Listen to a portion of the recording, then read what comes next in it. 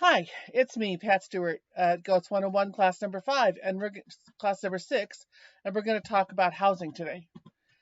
Um, People really worry a lot about housing, and they shouldn't have to. You do not need the Taj Mahal. You do not need a huge building. People come to see my farm and they see my 20 by 20-foot barn and go, wow, do I have to have that? No, you don't. That barn was built to house goats, sheep, chickens, and rabbits. It now houses goats. It does not house all my goats. My bucks have a different shed. My kids have a different place to be, and their housing goes from a dog house on up to essentially a run-in shed with one wall, with the fourth partial wall. The big things to worry about with housing are you need to keep the wind off them and you need to keep the moisture off of them. And beyond that, it's not all fancy. I would tell you, do not insulate your house. Whichever you're going to do for a goat house should not be insulated, but it should be ventilated. So some people use a calf hutch. A calf hutch is a giant plastic doghouse. You can use that, but make sure that it's got good ventilation. Not down low on the goats, but up high, so that as they respirate and their moisture comes out of their mouth, and they do make a lot of moisture, it will condense in the cold. And you don't want it dripping on them. You don't want them to be breathing very moist air. So it should have ventilation.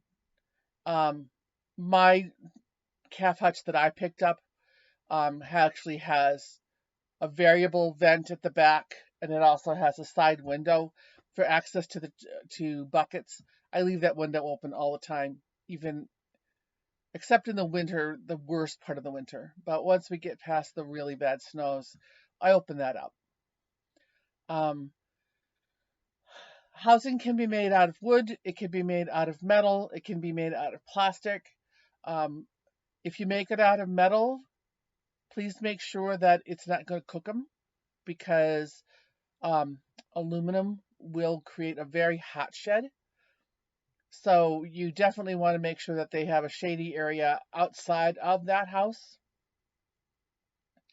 If you were to look at my barn, my dad came to see it when we first built it, and he said, you may as well have a corn crib, because we had so much space between the boards. We used just a rough hewn board, not even a shiplap. Shiplap is where you've got a lip on one side and another lip opposite facing, so they fit together with a really nice tight joint. We did not use that. We used straight-sided board, knowing that that was going to shrink and allow moisture and allow air. I was more concerned with keeping the snow off them than I was concerned about keeping the wind off of them. And the only cases of pneumonia we've ever had were from animals who were suffering from something else and pneumonia set in. But we have lined the inside of our barn with plywood 4 feet up. So as far as the goats are concerned, they have a 2-ply structure. They have the plywood and then they have the shiplap, where they have the barn board. They have the plywood and then they have the barn board that comes straight up and down like this. Above 4 feet, it's just the barn board. So wind can go right on through, moisture just wicks right out of there. Construction material, if you're using wood, though, you do need to stay away from creosoted wood or wood that's been chemically treated, which is a real pain on the ground because it's easiest to get sills, 12 by 12s, that are made out of pressure treated lumber. They're meant to sit on the ground. The problem is the chemicals that are used in that pressure treated lumber are not good for the goats. So you can go ahead and use that, but just make sure that you cover it on the inside with a natural plywood or a safe metal that they're not going to cut themselves on. You just don't want them to be able to chew on the pressure treated lumber. Same with the creosote. So people using old railroad ties, you need to cover the inside so they don't chew on the creosote. Goats are a little like beavers in that they will chew on things. So keep that in mind. As far as the size of the house, um, remember that the goats are going to grow. So build your house big enough to be able to fit 3 or more Nigerian dwarf goats, even if you've got 2, because you may wind up getting a third. You don't want them to be too tight, but you don't want them to have too much extra space either. So we frequently use a doghouse type uh, structure that we build. It's roughly 4 feet by 3 feet with a sloped roof. It's portable so that we can pick it up and move it to clean out from underneath it.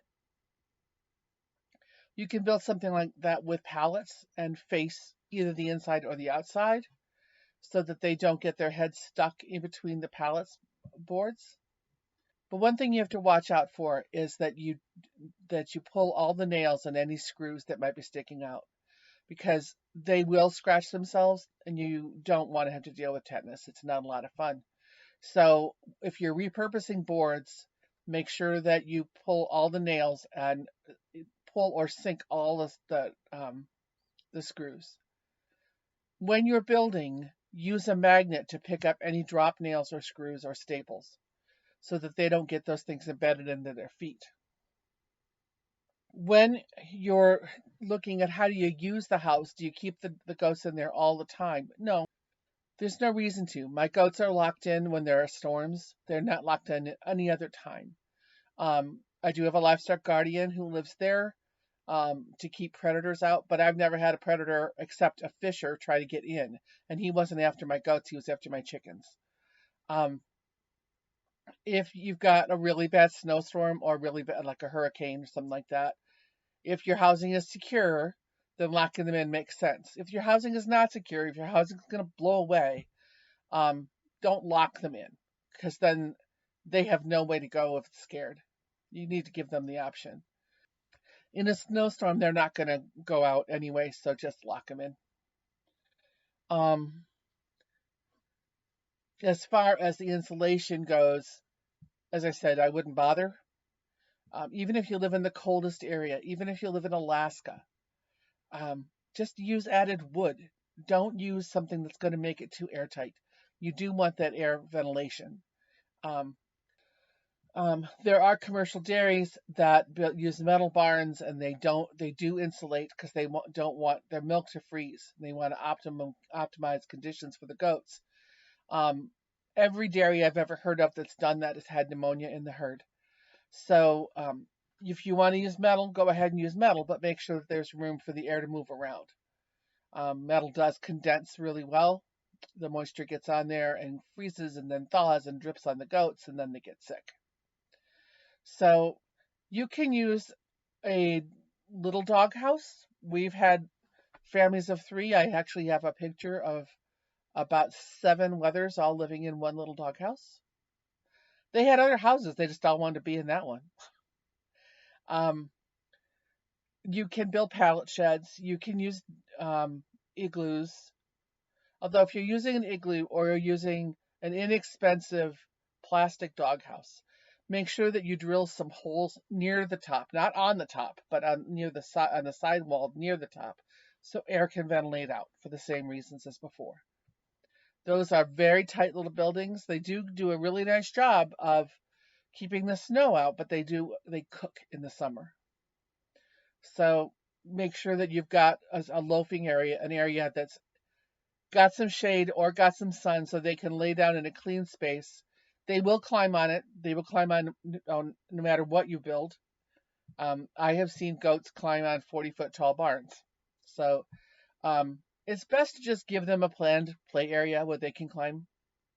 Otherwise, you freak out every time they get there. They get up high and you can't reach them. If you're breeding goats, you need to plan on additional space.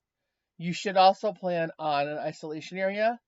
That area can be a place where maybe the doe goes to kid, or a place where you've got a sick animal and that's isolated from other animals so they don't get the disease. If you are going to be milking, it's really convenient to build a barn big enough, and that could be 6 by 8, big enough for a space for a small herd of Nigerians, and then a milking area for your where you can put your milking stand, you can put your bucket or whatever you're storing the milk in, and you can have a first aid area right there. So if you're going to be milking, you really do need to consider where you're going to milk. I've seen people milk outside. It's pretty miserable. They milked outside for years and used an umbrella in the winter. I live where it's 25 below zero in the winter. I am not milking my goats outside. Okay. You do have to be a little concerned about heat in the summertime, even in the northern climes. They will get acclimated, and you will see they'll get a really thick undercoat. That's actually cashmere wool. So you need to give them a place where they can have a soft breeze, whether it's a fan or in my house we have a natural breeze. It's not a draft on them, it's just a nice gentle movement. Make sure they have plenty of water, and make sure that they have access to shade and sun. They are desert animals, so they are able to tolerate heat much better than we humans are. Their body temperature is already over 101 degrees. So when we are really uncomfortable, they're okay. Just make sure they have access to clean water. In the wintertime, if you blanket them, they will not grow that cashmere, and they will be reliant upon you to give them a sweater. That sweater may not be enough. So don't sweater at all. I really don't think jackets help at all except for photo shoots. If you've got a baby goat that can't maintain temperature, then yeah, putting a little goat coat on makes sense. But if you've got a full-grown doe who's milking, she does not need a jacket on, even in Alaska, because if you let her acclimate, she will grow a thick enough Angora or cashmere goat coat. She will not need anything exterior. Again, these are not little people. These are little goats. So let them be goats. Let them grow coat. You can clip it off if you want to in the summertime. But sometimes keeping that coat on gives them added insulation so they can trap the cooler air against their skin. So I don't clip unless I'm going to a show. I don't bathe unless I'm going to a show. I don't feel, I look at them and say they live as they would in the wild, except that they're confined. One thing you do have to think about is how you're going to keep them in. And the next class is going to talk about fencing, but while we're talking about housing, we should also talk about the type of latches that you use. There is such a thing as a goat-proof latch. Don't believe it. I've seen my goats coordinate. I had an old pygmy wether named Brickle, and he would sit by the gate. And then I had another doe named Surprise, and Surprise would wham the gate.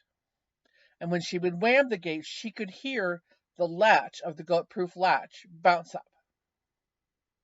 So when the latch bounced up, Brickle would push and open the gate, and everybody got out. It was a great teamwork situation. I also have another doe. She's gone now, but she learned if I took that goat-proof latch and I put a dog leash on it with a little thumb slide, she learned how to use her lips and her tongue to flip that latch around so that she could get to the thumb slide. Using her nose and her lips, she would slide that thumb slide down and knock the leash off the goat-proof latch, in which case she would then lean over with her lips and open up the goat-proof latch and let everybody out. I didn't believe it until I saw her do it. The thing that finally outfoxed her, and that's only because she died, we put instead of a carabiner that has just a spring clip here, we used one that twists shut. She never learned how to do the twist, although I think in time she probably would have. So when you're latching your water bucket to something to keep them spilling it over, when you're latching a gate and you want to put a secondary latch in, I fully suggest you do that. Do not use a spring-loaded clip. You can try using a dog leash if you don't have a mudslide in your herd. That probably will work just fine. If you do have a mudslide, then use a twisting carabiner. But if you use something that's spring-loaded and has a sharp point, they will harm themselves.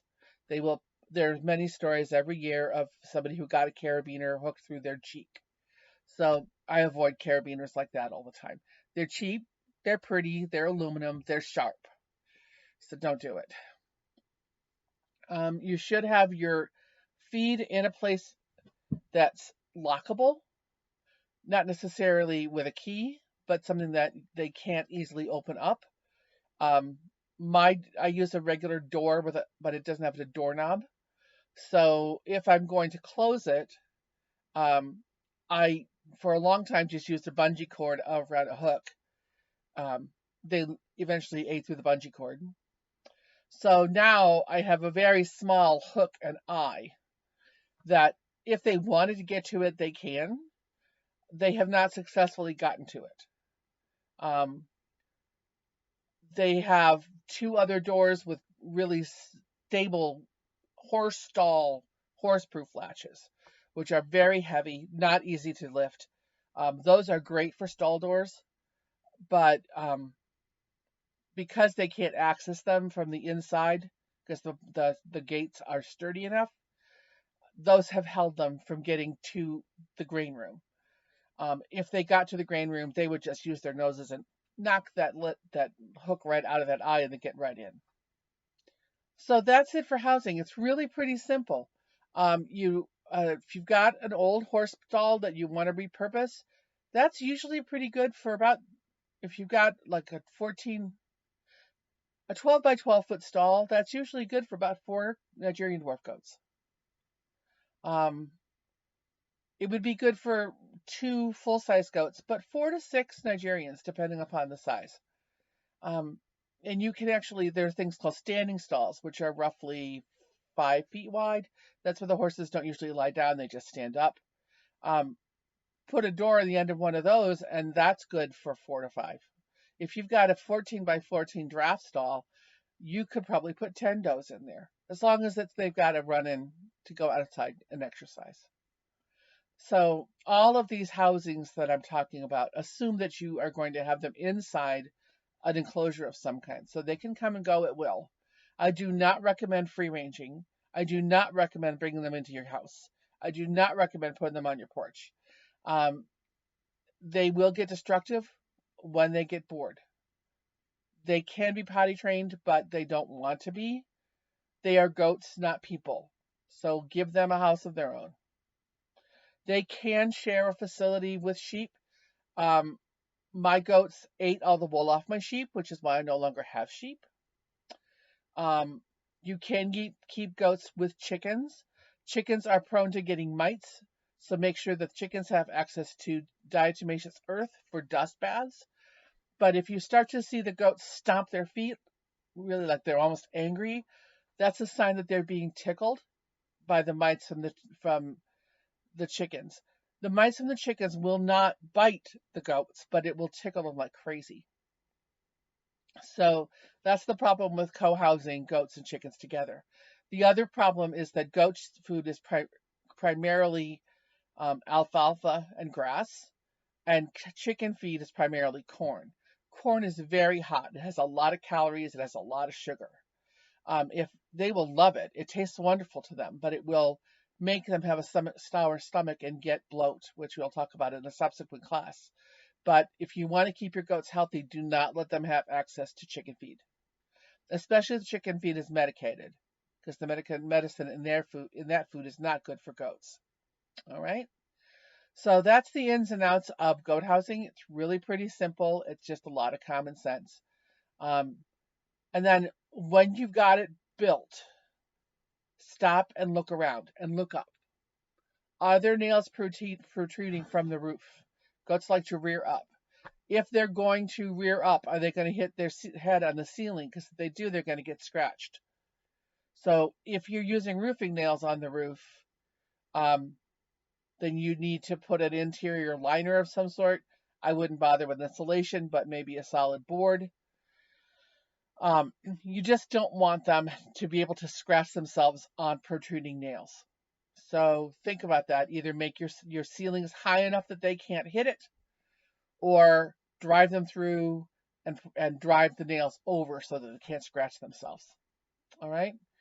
Um, that's it for goat housing. So I will see you Thursday night to ask or answer any questions.